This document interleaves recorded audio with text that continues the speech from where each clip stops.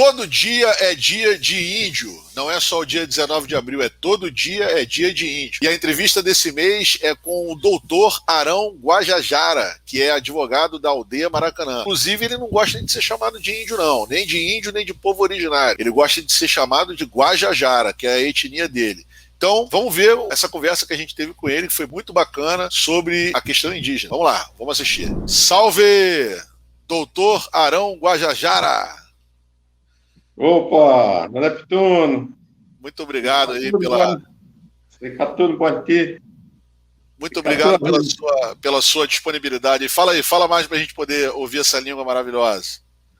Zé Neptuno, Zané de Maré Corral e Catuarri. Estou dizendo boa noite aí e vamos dar início ao nosso trabalho, a entrevista aí, né? Iré Maré Corral, advogado de caricultura. Eu estou dizendo, eu sou advogado indígena, né, e sou da cultura indígena e trabalho na cultura do não indígena, né, da cultura envolvente. Eu trabalho, sou advogado e sou Guajajara do Maranhão, né, estou do Rio de Janeiro desde 77, mas estou vindo lá do Maranhão, da reserva da terra indígena Canabrava, Barra do Cota, Maranhão. Hoje é município de Genipapo dos Vieiras, Maranhão, sul do Maranhão, divisa com o Pará. Estou aqui à disposição para contribuir. Maravilha. Arão, doutor Arão, chama doutor Arão, vai ficar bonito. Como não, você Arão, então, a gente tem um hábito aqui na nossa entrevista, que a gente deixa o entrevistado se apresentar. Como você também já começou falando, se apresentando, inclusive já com essa pérola da língua, né, apresentando para a gente a própria língua, que na verdade é a língua brasileira, né, que a gente deixou de falar já há muitos anos, a gente não cultiva, né, poucas são as pessoas que cultivam ainda a língua tupi, né? É tupi essa língua, não é isso? Isso, é tupi, tronco linguístico tupi. Língua própria. Mas fala pra gente o seguinte, você da etnia Guajajara, né, veio do Maranhão, conta pra gente como é que é esse percurso do Arão até com as raízes indígenas, chegando ao campo do direito, à advocacia. Como é que é a sua construção histórica? Se apresenta pra gente conhecer aí.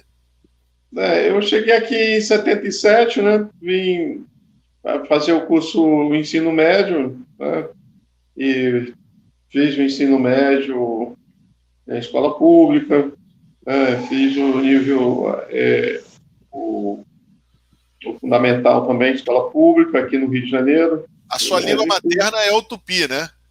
É o tupi, nosso tronco linguístico é o tupi. A língua portuguesa você aprendeu com qual idade? Você foi alfabetizado também na língua portuguesa? Eu já fui alfabetizado nas duas línguas, né? A do tupi é que depois eu fiquei muito tempo sem praticar e acabei perdendo um pouco tal, e agora que eu estou mais indo nas aldeias, estou retomando um pouco mais a conversação, mais a comunicação mais efetiva da língua, né? Mas eu fui alfabetizado já no bilíngue, né? Porque nós somos alfabetizados bilíngue, né? Até do primeira à quarta série, o ensino fundamental tem que ser na língua materna e na língua portuguesa. Isso no Maranhão?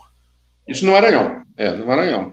E aí você chega ao Rio em 77? Aí eu chego ao Rio em 77, fui terminar meu ensino, o segundo grau, né? O antigo segundo grau. Terminei o segundo grau se eu não me engano, em 70, foi 79, 80, terminei, eu fiz vestibular em 81, mais ou menos, 82, eu comecei a faculdade, né?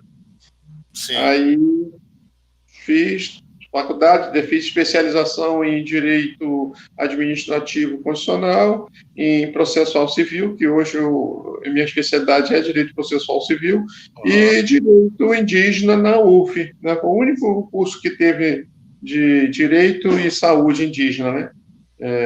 Em 2007, 2008, se eu não me engano, né? E aí eu fiz a especialização e comecei a advogar para os parentes, né? Para as retomadas e demarcações, enfim. Me especializei nessa questão de da demarcação e direitos indígenas, direitos das terras, né? Então, me especializei e estou nesse campo aí, nessa área, dando apoio. Sou voluntário, né? Sempre presto meu serviço de forma voluntária, né, para os parentes, né, que estão nas lutas, nas retomadas, e é o que eu incentivo. E eu defendo a autodemarcação, né? Posso depois aqui, nesse campo, a gente vai entender por que eu defendo a autodemarcação, com base na Constituição, com base, enfim, na Resolução 69 da OIT, com base na Lei 6.001, que é o Estatuto do Índio, né? Então, eu incentivo a galera a fazer retomadas mesmo, para poder não morrer essa parte aí da cultura, que é a mais importante para nós. E a terra é questão de vida, né? Porque a terra indígena não é do indígena, a terra é nossa, é do povo, é para o futuro. Então, está defendendo floresta em pé e tal. Então, quer dizer, é a vida, né? Então, a minha luta é essa, a minha luta está nesse sentido aí. Eu girei minha advocacia, eu já estou quase me aposentando na outra parte que eu fazia, que era para não indígena, né? Eu trabalhei esse tempo todo.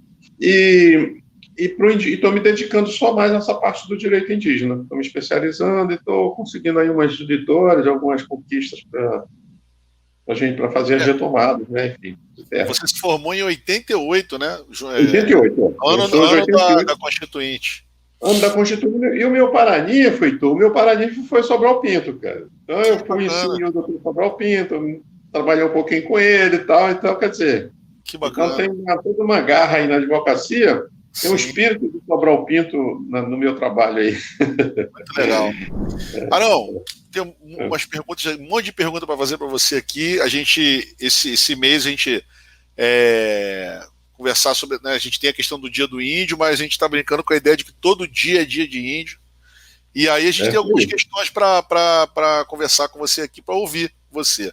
A primeira é uma questão que a gente tem ouvido muito. Eu sou professor de arte, trabalho em escola pública, e quando a gente vai, né, a gente tenta estudar um pouquinho e levar a questão indígena para a escola, o debate, né? Muitos textos, né, a gente vê muitos artigos hoje que não utilizam o termo índio, prefere usar o termo povos originários. Eu já li, inclusive, um texto justificando esse uso pela questão da redução do conjunto de etnias, enfim. Tem até uma coisa, quer dizer, engraçado no sentido de fazer análise, mas é triste no sentido do respeito à cultura. Porque eu falo com os estudantes que quando a gente vê 3 brancos parados assim, se você vê um alemão, um francês e um dinamarquês, você trata o camarada pela nação dele. Aquele ali é o alemão, aquele ali é o dinamarquês. Mas quando a gente está falando do indígena, é tudo índio, né? A gente meio que esquece as etnias. Não só com o indígena, também com o negro. Isso acontece muito no caso do negro africano, né? Se estiver aqui no Brasil, ou seja, o camarada é tratado de uma maneira genérica. Mas como é que você entende essa questão conceitual, da ideia de da ideia de índio e de povo originário? Como é que você prefere? O que você acha? Ou não é nada demais, ou tanto faz? Como é que é isso para você? Não é nada demais, não. Eu prefiro ser chamado de Guajajara, né? Então, o nosso povo, o indígena, gosta de ser chamado pela nação dele, pela etnia dele, né? Ou pelo nome, né? No caso, mas nós somos nativos, nós somos originários, nós somos os regionais, né?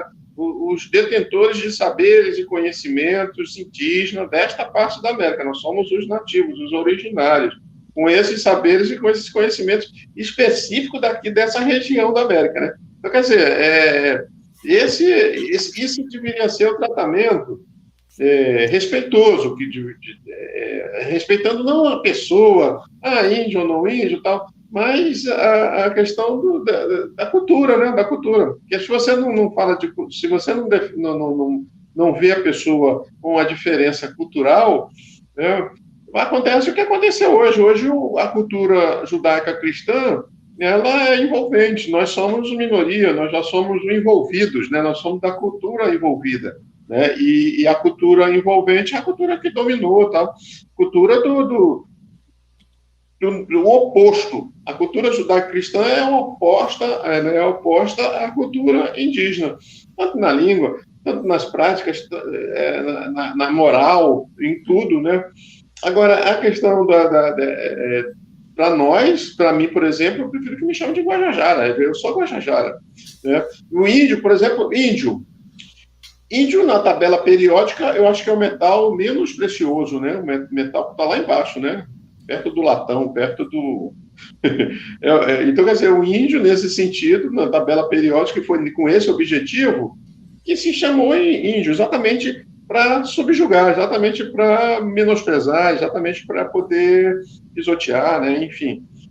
Essa questão toda, eu penso sempre que vem por trás é a terra, né? E a gente vai chegar lá na frente e vai ver que essa discussão toda de ocultação, de identitatória, né? Essa questão identitatória que a gente vem desde 1500, isso tem o objetivo exatamente da expropriação territorial indígena. Tem a ver com isso, né? Então eu pego muito por essa questão aí da terra. Eu até brinco com o pessoal fala assim, porque tem muita dizendo assim, não, é índio, não é índio, quem é que é índio?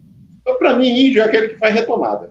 É aquele que está na luta por retomada, por defesa da cultura da terra, aquele que está lá, aquele que diz, sou índio, tem estereótipo, tem um cocá, mas nunca fez uma retomada, não sabe o que é uma luta de defesa da terra. Então, quer dizer, eu brinco com o pessoal dizendo, se você não faz retomada, você não é índio. Se você faz, brincando, assim, de certa forma, para incentivar o pessoal a lutar por cultura, pela língua, pela manutenção da língua e pela terra, principalmente. Então, é mais ou menos assim que a gente trabalha a questão do ser e não ser o índio. Nessa questão aí, a FUNAI, por exemplo, achou uma portaria recente, a FUNAI dizendo que ela vai dizer quem é e quem não é índio, né?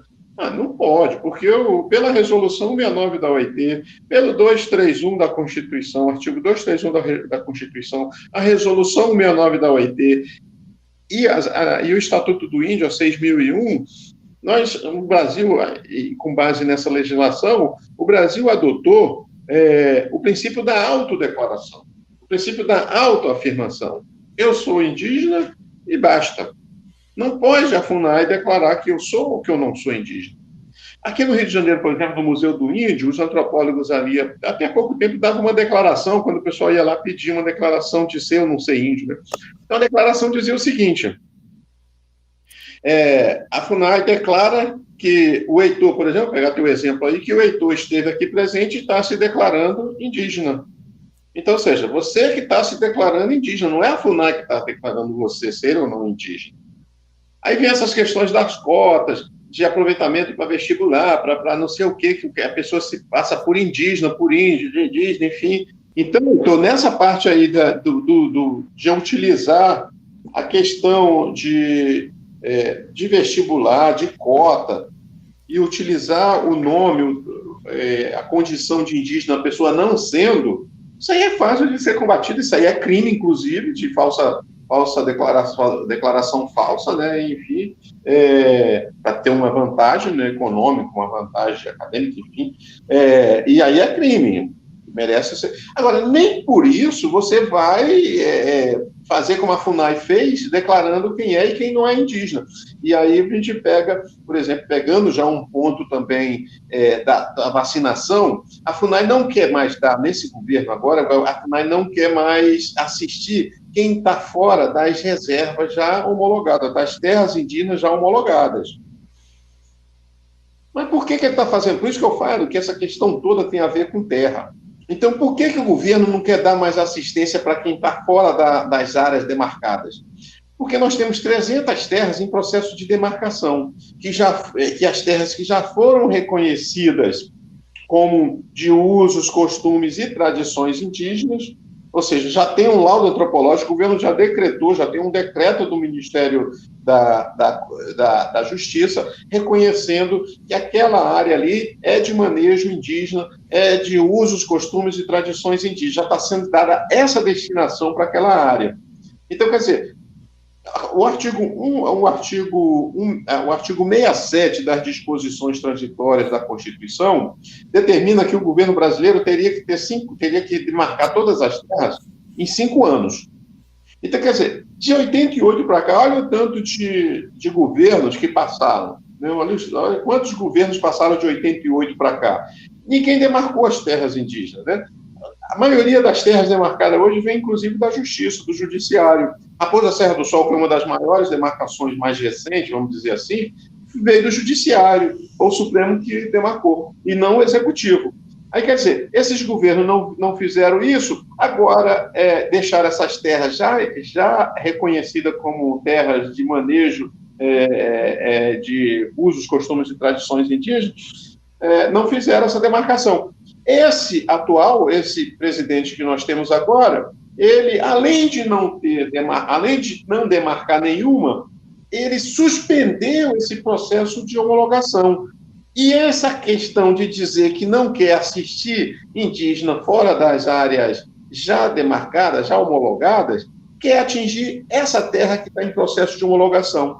Ou seja, porque aqui já tem uma facilitação, o governo já baixou uma portaria dizendo que pode conceder título de posse para os fazendeiros, para os invasores dessas áreas que estavam em processo de homologação, aguardando apenas a homologação. Já tinha o decreto de reconhecimento de manejo para os usos, costumes e para as tradições indígenas. Então, quer dizer, esse governo, ele é muito ruim, ele é mau nesse sentido, porque ele já pegou, ele não só não homologou nenhuma terra, um ou outro homologou 1, 2, 3 terras indígenas e tal.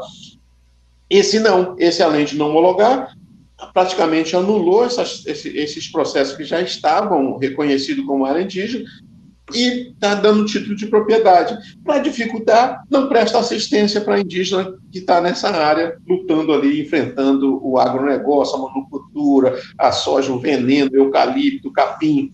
Então, quer dizer, é essa a situação hoje. Então, quando você fala de indígena, você tem essa questão aí. Aí agora veio a FUNAI, estamos atendendo, porque tem muita gente se aproveitando com o nome de indígena, que está fazendo vestibular, está fazendo cota, usando a cota. Mentira. Ele quer atingir, ele quer prejudicar, para suspender na assistência, porque a primeira coisa que você faz para dificultar uma retomada é cortar energia, cortar água, cortar assistência e tal, e a pessoa não vai resistir. Claro. Não resiste. Então, quer dizer, o governo suspendeu a assistência, agora veio a decisão do Supremo, né, nesse processo que o ministro Roberto Barroso é o relator, então já disse que tem que prestar essa assistência. Deveria estar dizendo logo para determinar que o governo homologue, decretar e mandar retirar os fazendeiros, os invasores dessas áreas. E não ficar com esse negócio de dizer que é indígena para atrapalhar. Então, o que a FUNAI vem fazendo, já pegando uma pergunta que eu vi que você fez da FUNAI, me desculpa, porque eu não tenho didático nessa questão. Não, já ia puxar isso. A FUNAI está servindo para produzir prova contra o indígena. Essa FUNAI que está aí, essa gestão aí, as outras não foram boas, as outras gestões também, porque não existe. Como você está lutando por direito, por floresta em pé, como nós estamos lutando para a manutenção dos usos, dos costumes e das tradições indígenas, né? Então, governo nenhum, partido nenhum, Estado nenhum vai defender o indígena. Não existe nenhum partido, nenhum político, nenhum que defenda o indígena dessa forma. Não existe. Deixa eu te perguntar uma coisa. A FUNAI, porque foi uma coisa que me chamou a atenção, porque tem Conselho Nacional de Política Indigenista, mas foi extinto esse conselho, é isso? Não é um conselho. Esse conselho não foi regulamentado até hoje. Tem conselho e comissão, né? São duas coisas diferentes? Não, é a mesma coisa? Tanto conselho como comissão são instituições, vamos dizer assim, que não foram regulamentadas, né? Não existe regulamentação e o Bolsonaro acabou extinguindo todos os conselhos, Conselho de Educação, Conselho de Saúde, todos os conselhos. E o indígena, além de já não estar regulamentado, aí já que não tem mesmo conselho, né? Então, qual é a nossa sorte? Né? É que a Constituição determina lá no artigo 129, inciso 5º, que o advogado primeiro do indígena, o defensor principal do indígena, dos direitos e dos interesses indígenas, é o Ministério Público Federal. É o Ministério Público. Então, quer dizer, o Ministério Público ele tem que atuar na defesa dos direitos e dos interesses indígenas. Então, a gente sempre se vale, né? Sempre tem que ir ao procurador, o procurador regional, procurador do Ministério Público Regional, né? Federal regional, de onde está acontecendo o conflito, ou, se for um caso nacional, se for para recorrer de uma decisão de um procurador que não atendeu a demanda indígena para defender os direitos, tem que ir à PGR, a Procuradoria-Geral da República, para poder defender esses direitos. É o que o pessoal tem feito, o que tem salvo mais ou menos aí a luta indígena é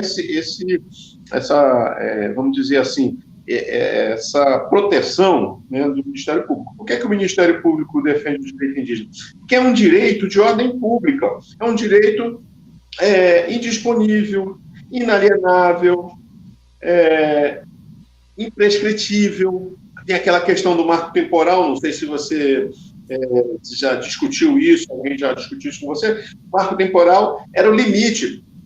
O pessoal, os fazendeiros, vem dizendo o seguinte: não, o pessoal do agronegócio, né? Não, tem que limitar. O indígena não pode reivindicar a qualquer tempo a terra.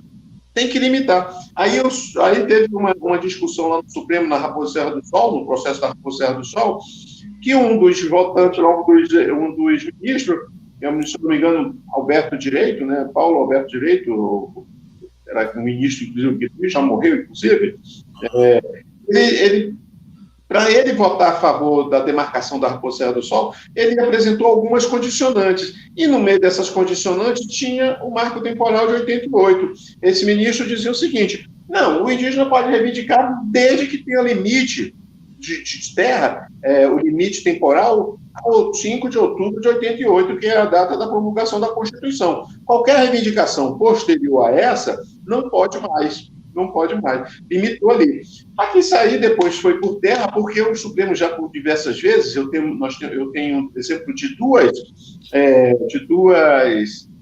ações, recursos extraordinários em nível de repercussão geral, ou seja, que essas duas ações unificaram a repercussão geral no Supremo, unifica quando você pega através de uma ação e unifica a jurisprudência do tribunal. Então, por duas vezes, o Supremo já unificou a jurisprudência dos direitos indígenas, reafirmando esses princípios constitucionais do artigo 231, que é um direito imprescritível, inalienável, indisponível e de ordem pública. Então, essa é a questão. E a FUNAI, como ela está atuando hoje, todas as portarias do final do ano passado, que foi a portaria número 9 de 2020, a portaria número 9 de 2020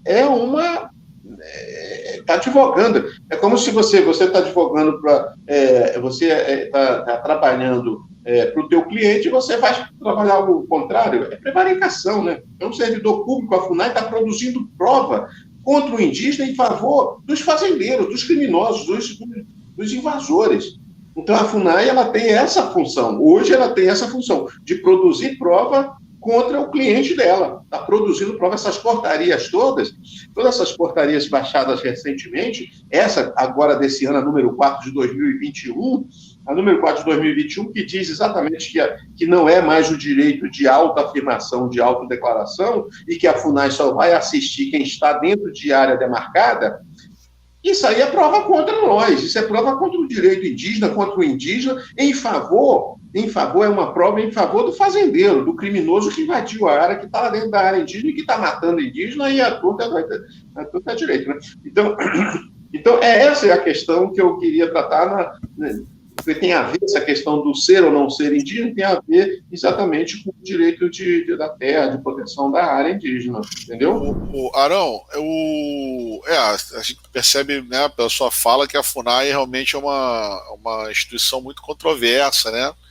E é bacana também ouvir você falar, né, porque você tem uma propriedade em relação a... Você cita a Constituição, cita a legislação, e tem uma coisa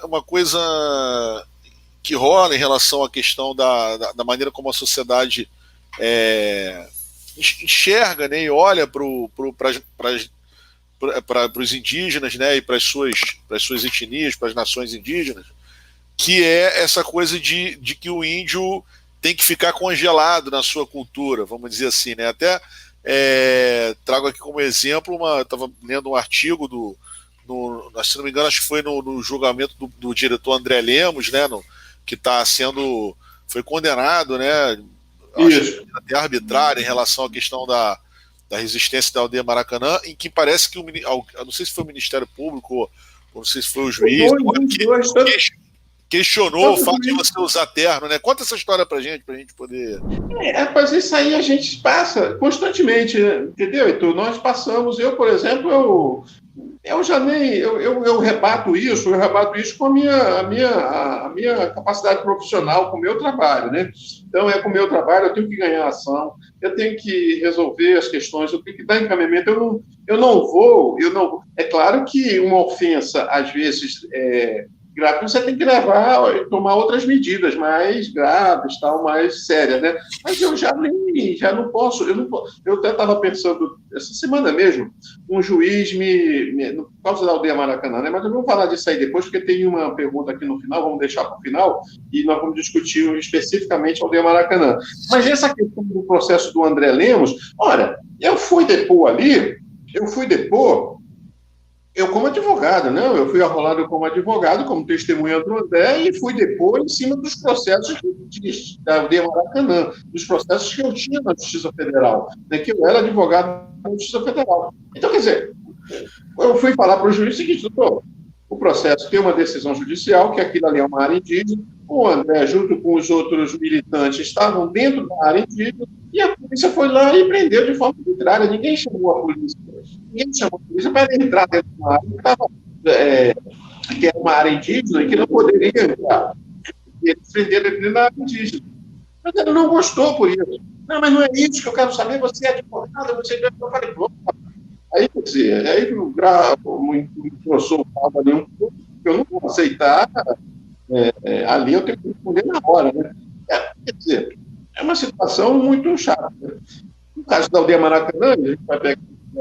Agora, recentemente, essa semana mesmo, eu tive que ir na Polícia Federal, porque o desembargador, que agora deu uma decisão recente, dizendo que tem que ter o Estado do Rio de Janeiro na Aldeia Maracanã, ou seja, tem que retirar o sentido pela pandemia.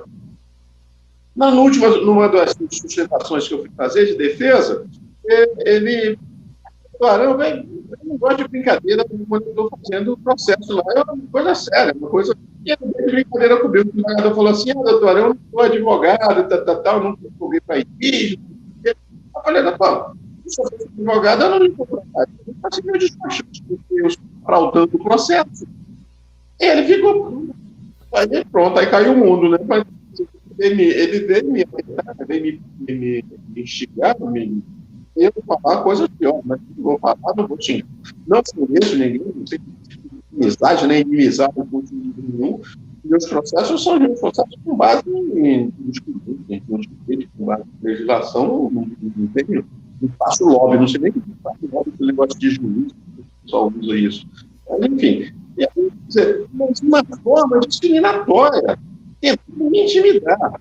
Porque minha capacidade profissional está muito além disso, muito acima disso. Eu quero resolver o problema. Eu quero o terreno. Ele pode xingar minha mãe, pode saber me enganar, ele pode fazer o que for.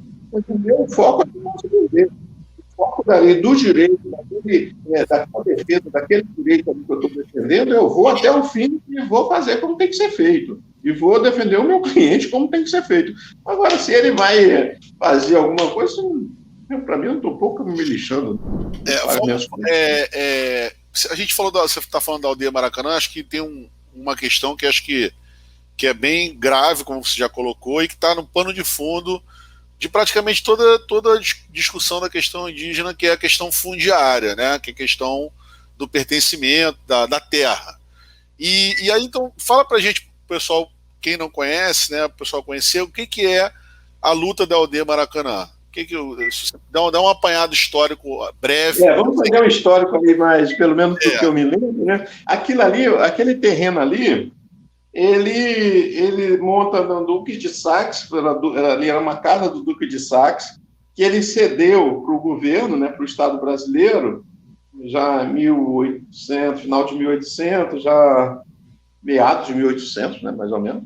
Né? Ali já tinha aquela casa construída por indígena e por quilombola, né? Aquela ali é uma construção tipicamente quilombola indígena, né? Ali você tem uma coluna, aquela torre do lado da Radial Oeste, aquela torre de pedra, ela não tem viga, ela é simplesmente amarrada uma pedra na outra ali, e ela é certinha, tal, e é a maior torre de pedra de mão, construção de arrimo, né, aquele tipo de construção ali, e o prédio todo tem a construção chamada de Art Nouveau, arte nova, enfim, né? Ou seja, então, quer dizer, é uma arte ali, patrimônio cultural importantíssimo, tanto é que está tombada ali pelo município e pelo Estado, se eu não me engano, né? A União não tombou, não. O IFAM não tombou, não. Quem foi o IBRAM que tombou e o município, o Estado e o município. Né? Então, quer dizer, quando o Duque de Saxe entregou para o governo brasileiro, ele entregou com a condição de destinar aquele prédio ali, aquele imóvel, para os usos das sementes, para a domesticação das sementes e dos tubérculos dessa região da América, né? Porque aqui os indígenas são os primeiros trabalhadores, né? São os primeiros agricultores, e agricultores de manejo de domesticação, né? Principalmente de domesticação de sementes, né? De sementes e tubérculos, e isso ali foi, inclusive, a rural funcionou ali era a escola de agricultura, a primeira escola de agricultura funcionou ali, né? E aí, em 1901, mais ou menos, o Marechal Rondon retomou aquele prédio ali, porque teve um período parado ali, retomou o prédio e criou ali o SPI, Serviço de Proteção do Índio. Então, ali foi o primeiro Serviço de Proteção do Índio, que depois se transformou em FUNAI, em 73, né?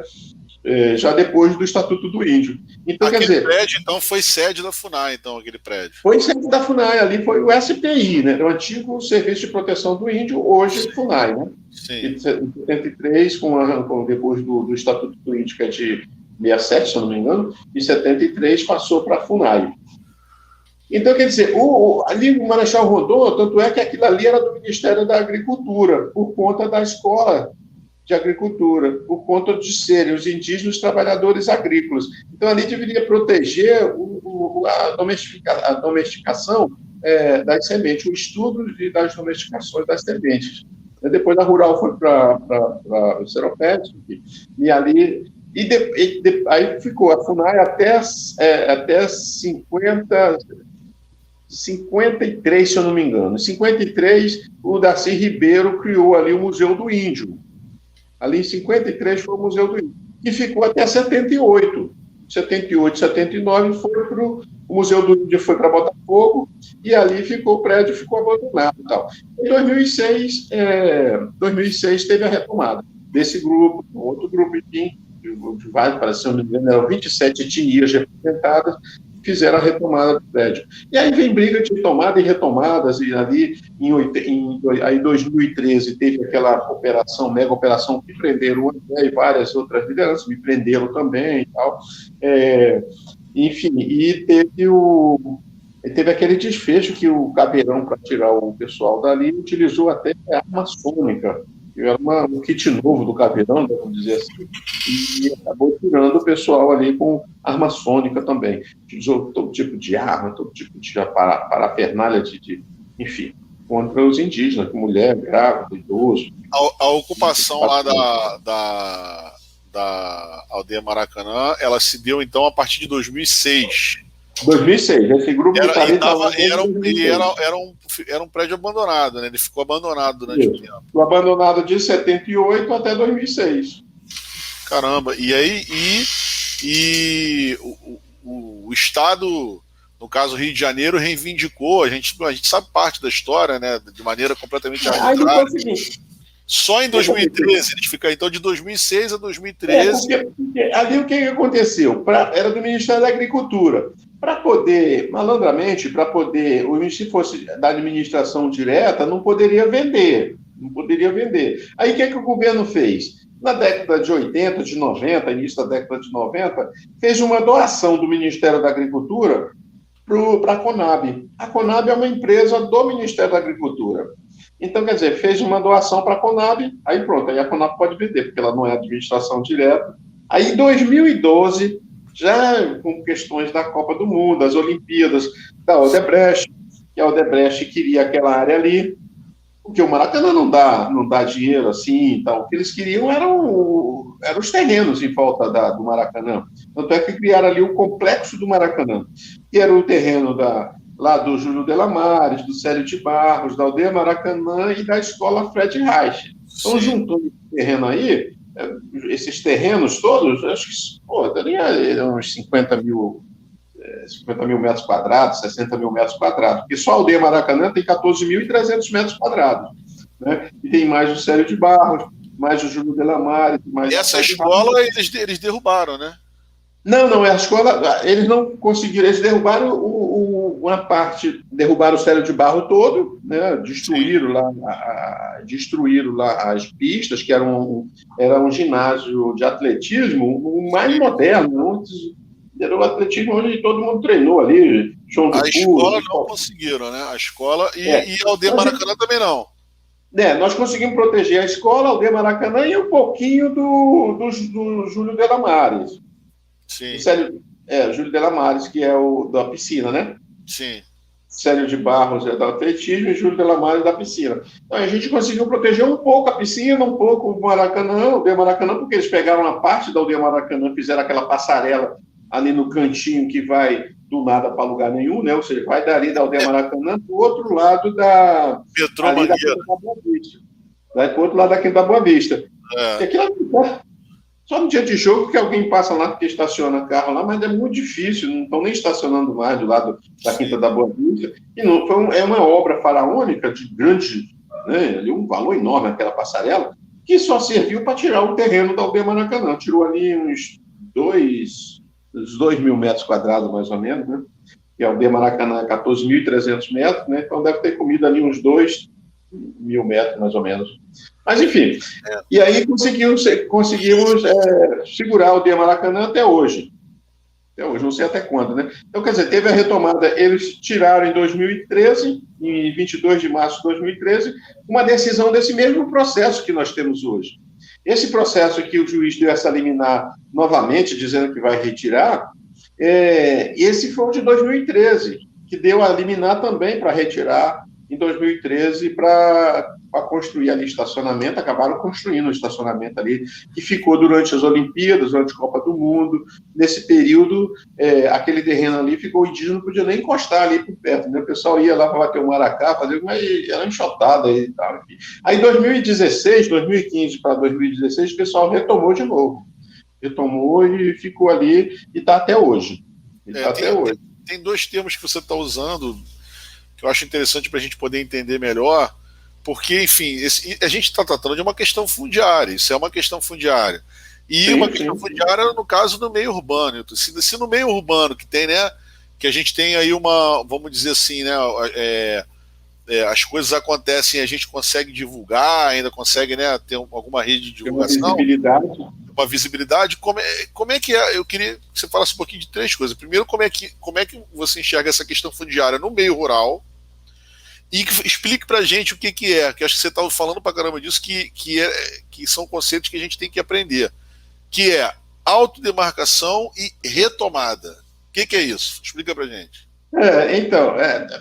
Autodemarcação você já está na terra, o pessoal que essas áreas que o governo não quer demarcar, já tem a declaração do próprio governo, né, dos técnicos da FUNAI, que já declararam que aquela terra tem uma destinação para os usos, para os costumes, para as tradições. Então, quer dizer, ali esse pessoal tem que fazer a demarcação ali e tirar, e ir retirando, empurrando os invasores, né? Então, quer dizer, isso aí é autodemarcação. Por quê? Porque nós vamos pegar o seguinte, você tem, por que eu defendo a autodemarcação e por que tem que ter a autodemarcação? Porque se a Constituição, lá no artigo das disposições transitórias, no artigo 67, diz que o governo tem 5 anos para demarcar todas as terras indígenas e ele não demarcou, então, quer dizer... Dando direito ao... Exatamente, então vamos para a prática, se o governo não quer fazer, nós temos que fazer.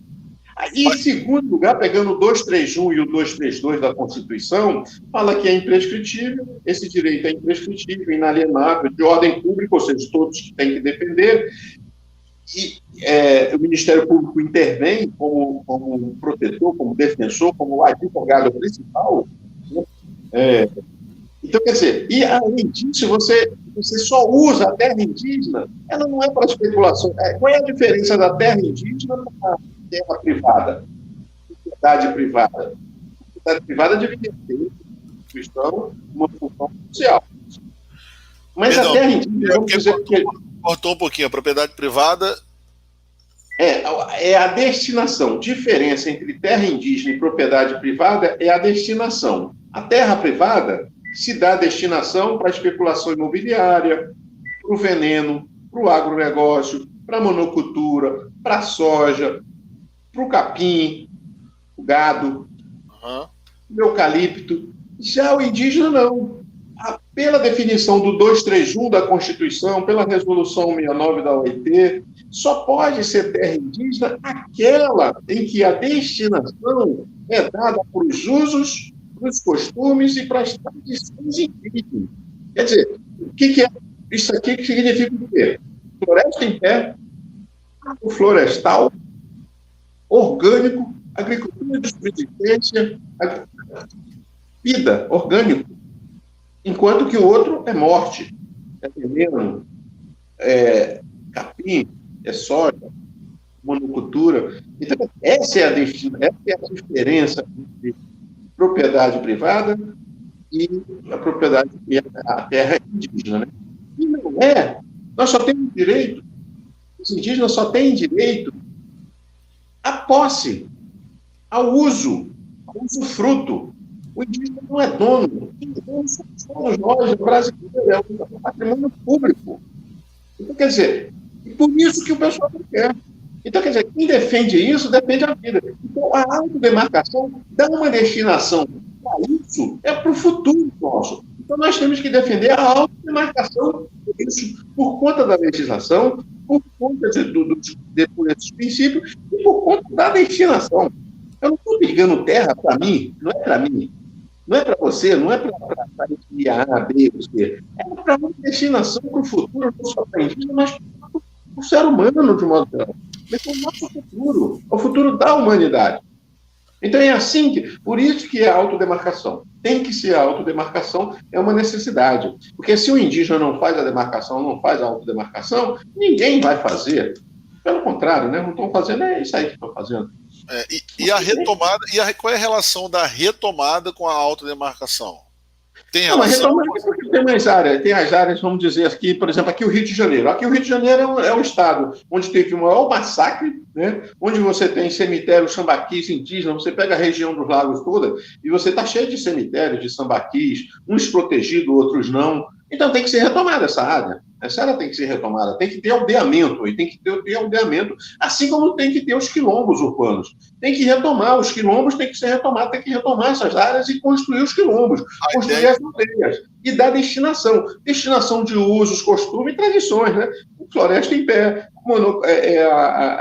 a agricultura agroflorestal. Então, quer dizer, essa é a retomada. A retomada e a autodemarcação e retomada, que quando eu falo, tem mais ou menos o mesmo sentido. A única diferença é que a autodemarcação é na área onde já está lá sentado, tal, que tem que demarcar, que tem que proteger. A autodemarcação já tem um reconhecimento, né? Uma chancela, vamos dizer assim, né? E a retomada já é um movimento onde seria talvez mais contundente, vamos dizer assim, né? Em relação a... É isso aí. Arão Guajajara, vamos lá, estamos chegando ao fim aqui, mas eu quero que você fale para a gente quais são os seus projetos aí de luta, o que você está se engajando ultimamente. Sei que você falou que está para se aposentar, né? Mas vai se aposentar.